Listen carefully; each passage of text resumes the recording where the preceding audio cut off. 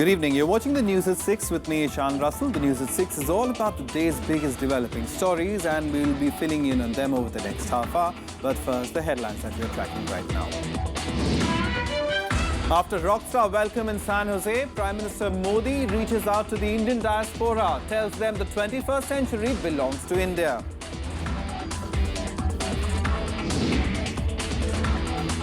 All set for summit meeting between Modi and US President Obama today in New York. Talks to feature a range of bilateral and global issues.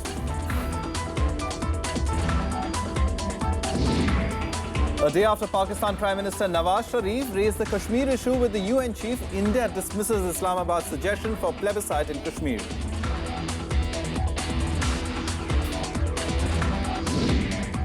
And our focus story for this evening, ISRO successfully launches India's first astronomy satellite, AstroSat. Over the next 5 years, the Space Observatory will study distant celestial objects and analyze star systems.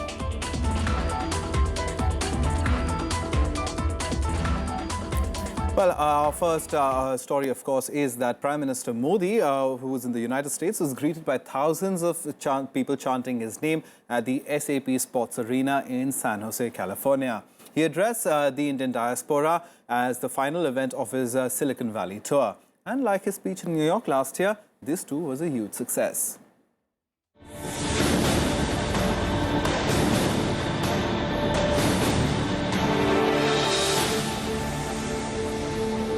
Ladies and gentlemen, put your hands together for the Honorable Prime Minister of India, Shri Narendra Modi.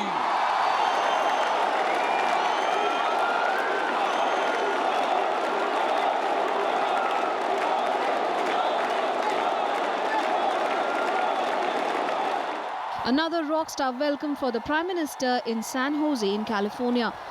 250 organizations of Indian diaspora put together this event that saw almost 18,500 people in attendance inside the 18,000 capacity SAP Center. It's exciting. Everyone's excited about it. It's good.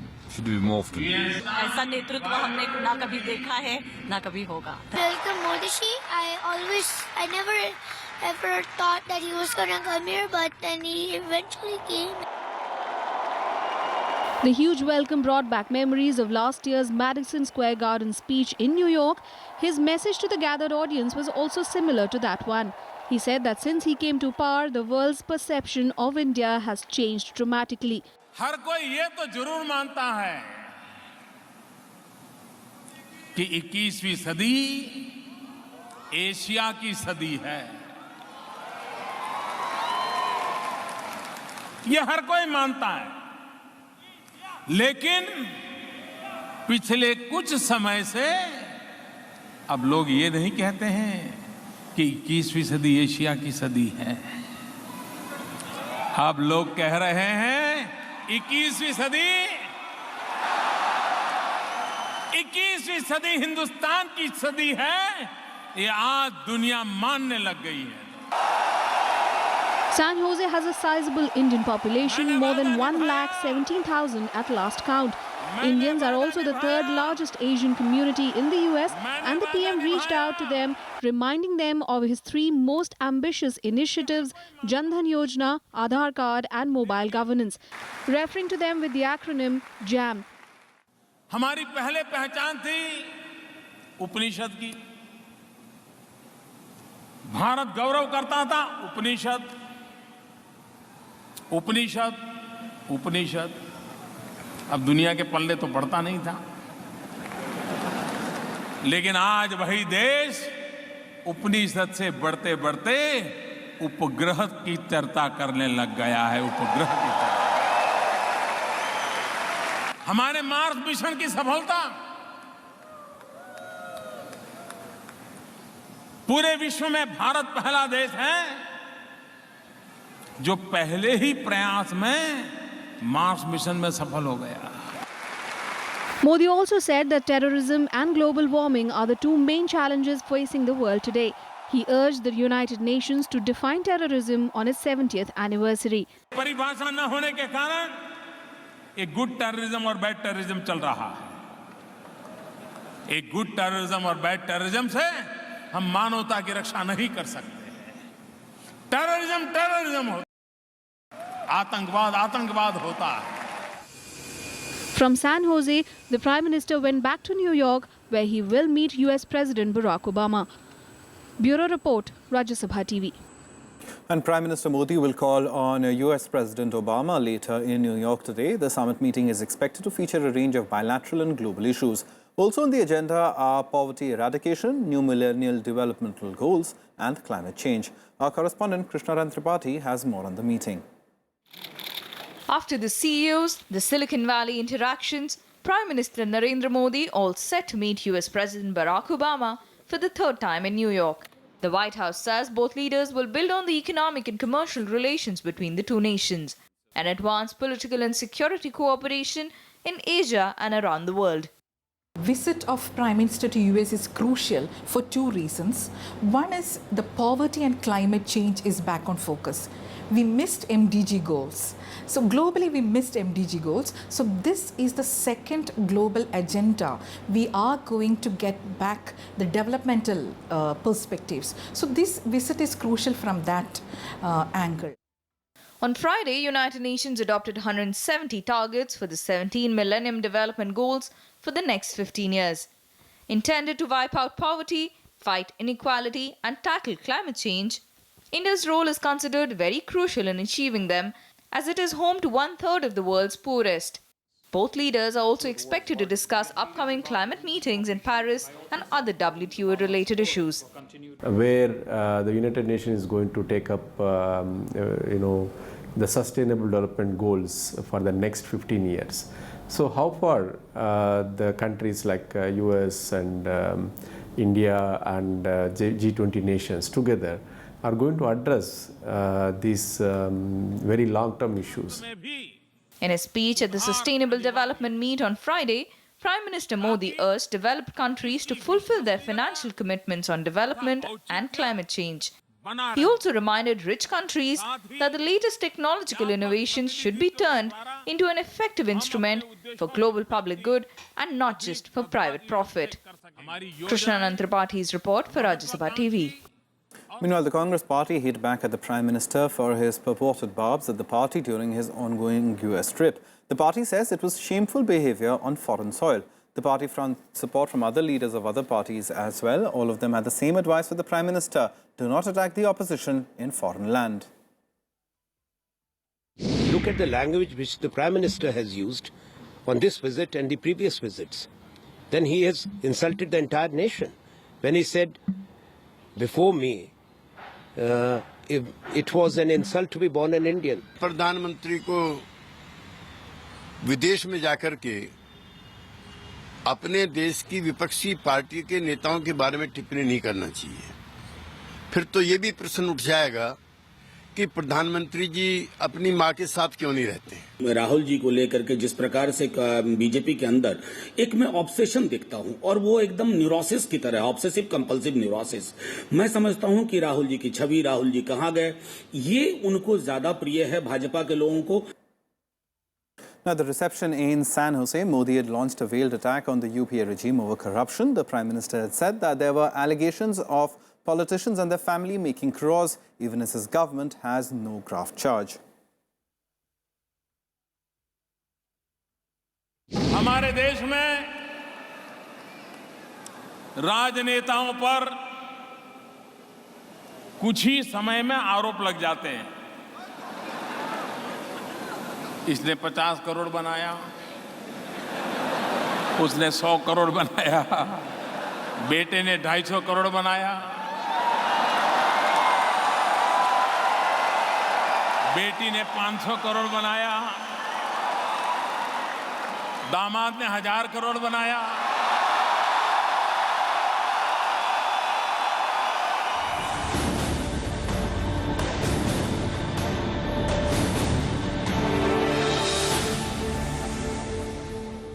Meanwhile, a day after Pakistan Prime Minister Nawaz Sharif raised the Kashmir issue with the UN chief, India has dismissed Islamabad's suggestion for a plebiscite in Jammu and Kashmir.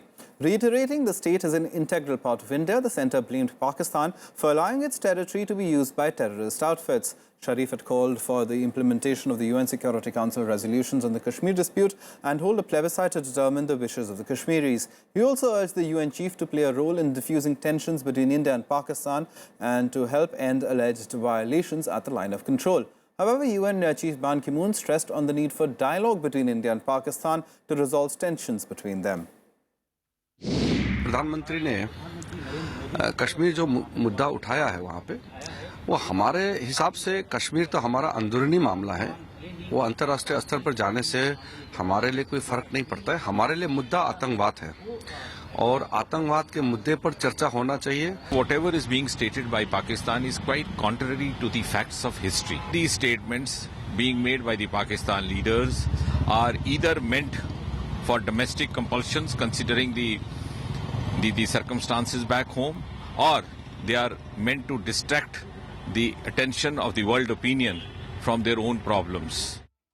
On to a focus story for this evening. The ISRO has successfully launched India's first astronomy satellite, the AstroSat. Now, with this launch, India has joined a select club of nations having their own space observatories. The project, worth 178 crore rupees, was cleared by the government 11 years ago. Here are the details.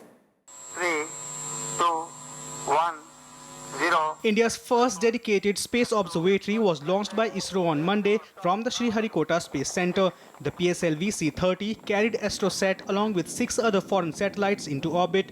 The mission director said the success of the launch surpassed the expectations of the team at ISRO. The satellite has put India in an exclusive club of nations who have their own space observatory. Only US, Japan, Russia and Europe have own observatories in space. The astronomical satellite AstroSat and another 6 commercial satellites, and 4 of them are from US. You have released it? And this is, as you know, this is the end result of the dedicated and meticulousness in which our teams, our ISRO teams had put in, and we don't leave anything to a chance, and we attend everything. With an expected mission life of 5 years, AstroSat is aimed to study distant celestial objects and conduct deeper analysis of star systems. It is seen as a smaller version of NASA's Hubble Space Telescope that was launched in 1990. The satellite weighs over 1,500 kilograms and has been assembled at the Indian Space Research Organisation Centre in Bengaluru. It took the agency 178 crore rupee and nearly 10 years to make it after the project was cleared by the government 11 years ago. Prime Minister Narendra Modi was among a host of leaders who congratulated ISRO for the successful launch. Bureau Report, Rajya Sabha TV. And let's go across to Chandra Sharma. He's one of the finest science journalists in the country. Dinesh, another milestone for ISRO. And as far as the AstroSat is concerned, it's once again putting out us in an exclusive club. Has India as a space superpower emerged now? Yeah, it would be difficult to say whether we are going to be a superpower or not, but certainly I think it's a very big landmark in the history of, in the journey of ISRO as a, leading space agency of the world, because it has put into orbit various satellites, and several of them have been scientific missions, like Mars was a scientific mission, Chandrayaan was a scientific mission. But this is different in the sense that this is a dedicated astronomy mission, in the sense that it has certain telescopes and all the payloads are scientific. So in that sense, this mission is different, because this is the first dedicated astronomy observatory which ISRO has launched, and as we have seen that very few countries have this kind of capability. But at the same time, I would like to say that it would be wrong to compare it with, say, Hubble or Chandra, because Hubble, as we know, was launched in 1990 and it is still in operation. And in comparison, the life of AstroSat is 5 years, and the size is much smaller. But scientifically speaking, it has certain other capabilities which other astronomy... In fact, let's talk about those capabilities, Dinesh, just to help our viewers understand why is AstroSat that special and what will it enable us to do? Yeah, AstroSat, as we know, that it's going to look at deeper space objects like, black holes, galaxies, birth of stars, and objects which cannot be seen and recorded from Earth, because, the Earth's atmosphere acts as a barrier. That's why you need to have space telescopes. But given the size of its payloads, one cannot say that it is going to achieve as much as Hubble has achieved. But certainly it's a very robust mission because unlike other space telescopes which are which have been launched earlier or which are in orbit now, this has a capacity to look at objects in a variety of wavelengths, so to say, optical, X-ray, ultraviolet, deep X-ray, and various kinds of wavelengths. So it has a capacity to look at objects in a robust fashion because, for example, if you take Chandra, that was an X-ray observatory. Hubble also had 2-3 wavelengths, but the payloads on Astrosat are different, so to say. So in its class, we cannot say that it's one of its kind, but certainly because it has taken 10 long years to make, and there's been a time overrun, but still, when we have launched, it is still state of the art, I would say. All right, you mentioned about the fact that a timeline of 10 years, but given what used to happen in the past to where we are now in terms of budget, in terms of timelines, the ISRO certainly needs to be congratulated of constantly doing the nation proud. Of course, ISRO needs to be congratulated because this is first, and also because this was a mission which was different from earlier missions because the payloads were designed, almost 90% of the payloads came from outside ISRO because number of scientific institutions like Tata Institute of Fundamental Research and several other astronomy institutes were involved in this effort. So in that sense, it went beyond ISRO. ISRO, of course, has launched and the satellite was developed. Its various payloads were developed in consultation with ISRO. And it had certain, intricacies, technical challenges because it had to withstand certain environmental conditions in space. So for all those reasons, it's a different mission in the sense it has a different orbit. When PSLV has been, it's not as if that every launch of PSLV is a copy of what we have been doing. Right. Every launch is a different launch. So this particular one had its own intricacies, I would say. All right, Chandra Sharma, we'll leave it over there. But thank you very much for coming in and helping us understand that this new milestone for the ISRO and as far as Indian space research is concerned. Thanks so much for that. Well, on that note, we'll take a very quick break. Coming up on the other side, the Election Commission team visits Bihar to monitor preparedness for the assembly polls. What's in store there? We'll tell you on the other side.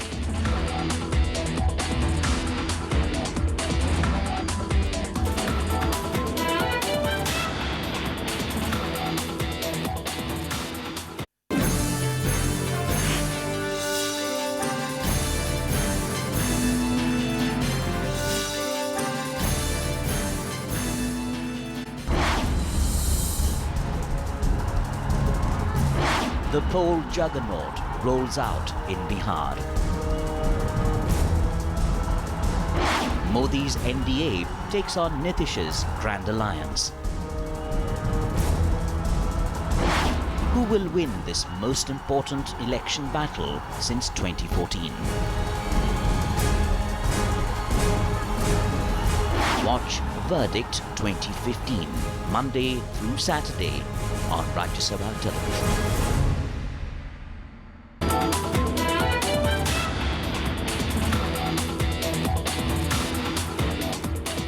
Welcome back. You're watching the news at 6. On to news from Bihar, where Chief Election Commissioner Naseem Zaidi held review meetings with top officials to take stock of the situation for the elections in the state. He's on a 2-day visit to the bowl-bound state, where he assured all stakeholders of a free and fair election.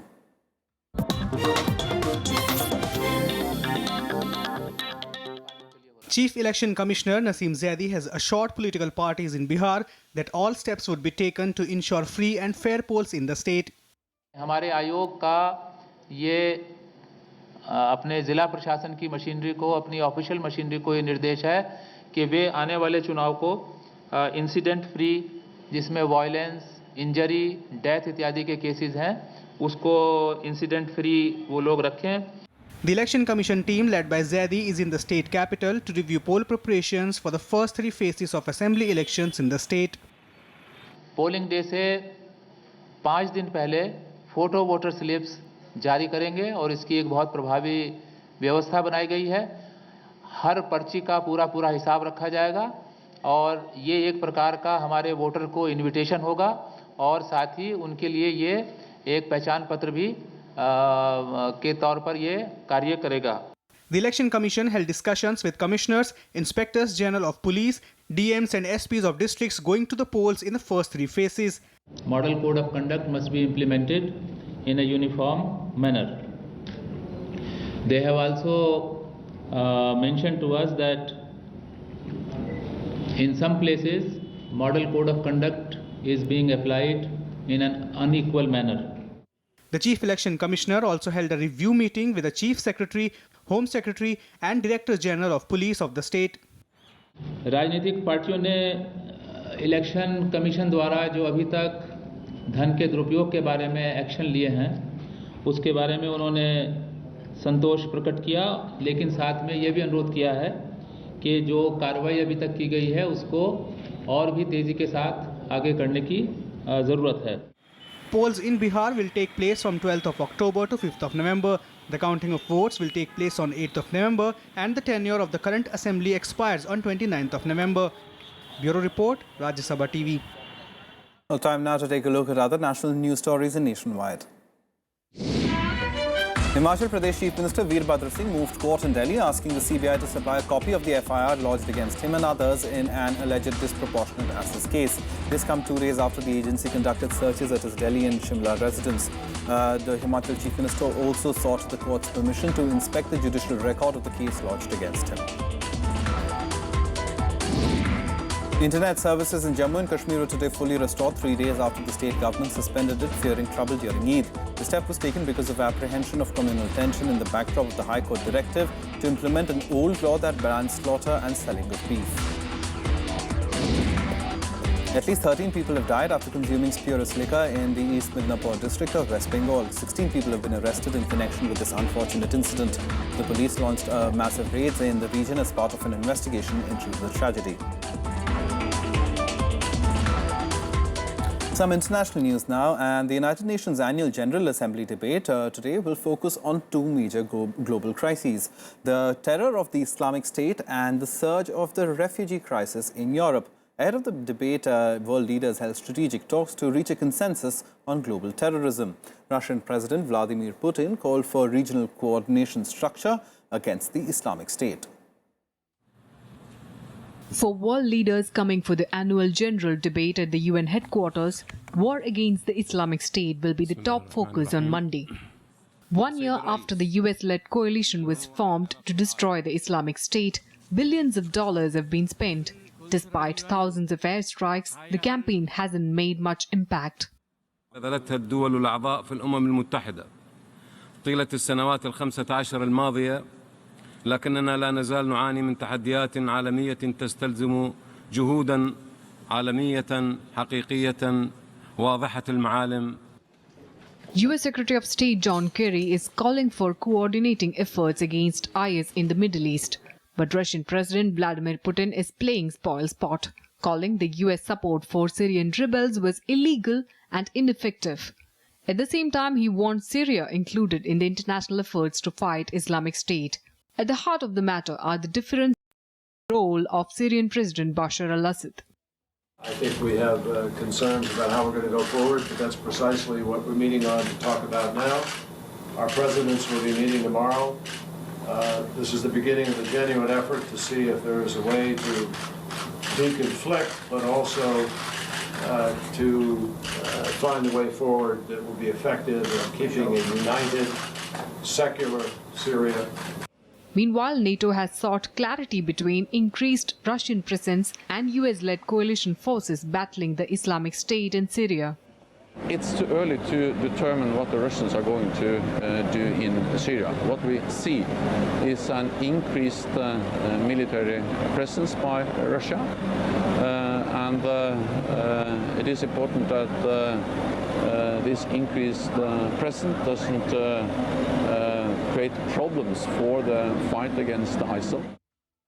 Late last week, France launched its first airstrikes in Syria, destroying an Islamic State training camp. The Islamic State's activities have become the root cause for problems staring Europe and Middle East, unleashing global terrorism and an escalating refugee crisis. Bureau Report, Rajya Sabha TV. Well, that's a wrap in the news at 6. But as we go, we leave you with the glimpses of the supermoon from across the world. People enjoyed the celestial spectacle for the first time in over 30 years and won't be seeing it again for another 18.